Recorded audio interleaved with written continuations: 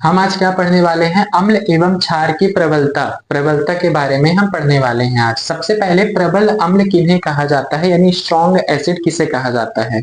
तो जो अम्ल जलीय विलयन में पूर्णतः आयनित हो जाएं, उन्हें प्रबल अम्ल कहते हैं। इसका मतलब ये है कि जब हम देखिए, अगर आपको अम्ल और क्षार की प्रबलता पता करनी है तो उसे सबसे पहले तो पानी में डालना होगा। बिना पानी में डाले, बिना एक्वस सॉल्यूशन में मिलाए आपको किसी भी अम्ल और क्षार की प्रबलता नहीं ज्ञात कर सकते हैं। ठीक है, अगर आपको किसी भी अम्ल और क्षार की प्रबलता ज्ञात करनी है, पता करनी है कौन सा अम्ल कितना प्रबल है कितना दुर्बल है, तो आपको क्या करना पड़ेगा? आपको उसे पानी में मिलाना पड़ेगा, जलीय विलयन में मिलाना पड़ेगा। ठीक है, तो जब हम किसी भी अम्ल को जलीय विलयन में मिलाते हैं तो जलीय विलयन में मिलने के कारण वो अम्ल जो होता है पूरी तरह से आयनित हो जाता है। आयनित यानी टूट जाता है आयंस में। ठीक है, जैसे HCl है, HCl को जब हम पानी में मिलाएंगे तो वो H+ और Cl- में टूट जाएगा। ठीक है, इसी तरह से सभी अम्ल जो होते हैं वो क्या होते हैं? आयनित हो जाते हैं, यानी आयंस में टूट जाते हैं।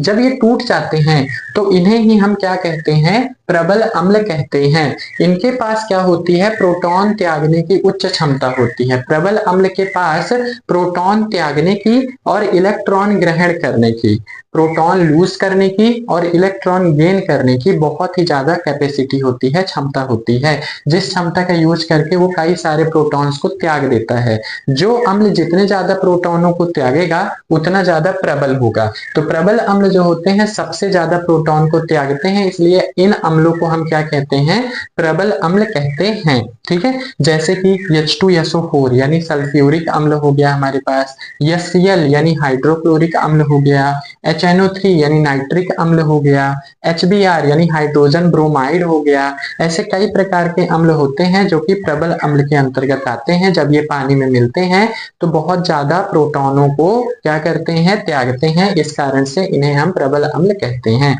फिर आते हैं हम दुर्बल अम्ल में। दुर्बल अम्ल क्या होता है, यानी वीक एसिड कौन से होते हैं? जो अम्ल जलीय विलयन में आंशिक रूप से आयनित होते हैं। मतलब कि जो अम्ल पानी में डाले तो जाते हैं, लेकिन पानी में डालने के कारण वो बहुत ही कम टूटते हैं। ठीक है, पूरी तरह से नहीं टूटते हैं, कुछ मात्रा में उनका भाग बच जाता है, पूरा पूरा नहीं टूटता है वो अम्ल। उसे हम क्या कहते हैं? दुर्बल अम्ल कहते हैं। इनके अंदर H+ आयन को पूर्णतः नहीं त्यागते हैं। ये क्या करते हैं?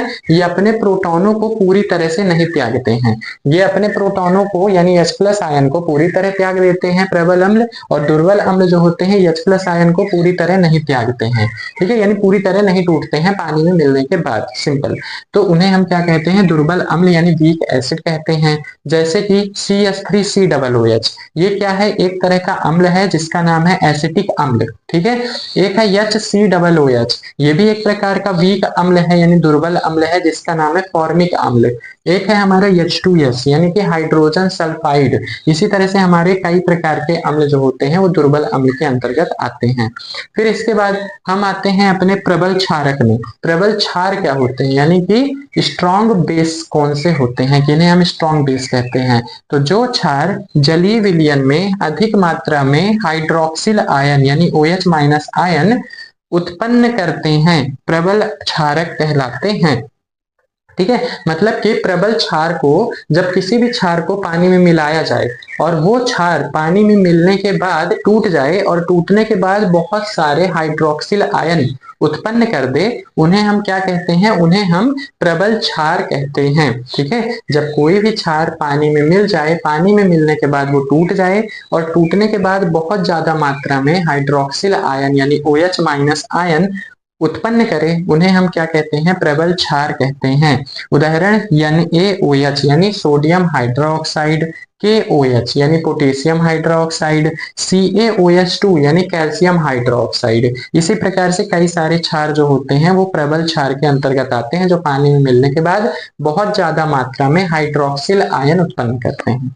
इसके बाद है हमारा दुर्बल क्षारक। दुर्बल क्षार क्या होते हैं? ये ऐसे क्षार होते हैं जो पानी में मिलने के बाद यानी जलीय विलयन में मिलने के बाद कम मात्रा में हाइड्रोक्सिल आयन उत्पन्न करते हैं। ठीक है, जैसे ये हाइड्रोजन आयन कम मात्रा में उत्पन्न करता है, इसी प्रकार से ये हाइड्रोक्सिल आयन कम मात्रा में उत्पन्न करता है, जिस कारण से हम इसे दुर्बल क्षार कहते हैं। उदाहरण क्या हो जाएगा, MgOH2 यानी मैग्नीशियम हाइड्रोक्साइड, NH4OH यानी अमोनियम हाइड्रोक्साइड। इसी तरह से कई सारे दुर्बल क्षार जो होते हैं वो इस कैटेगरी में आते हैं, जो पानी मिलने के बाद कम मात्रा में हाइड्रोक्सिल आयन उत्पन्न करते हैं। ठीक है, तो ये है हमारे प्रबल अम्ल, दुर्बल अम्ल, प्रबल क्षार, दुर्बल क्षार। ठीक है, आई होप आपको ये कॉन्सेप्ट समझ में आया होगा। अब हम थोड़ा बात कर लेते हैं कि पीएच स्केल क्या होती है, पीएच पैमाना क्या होता है।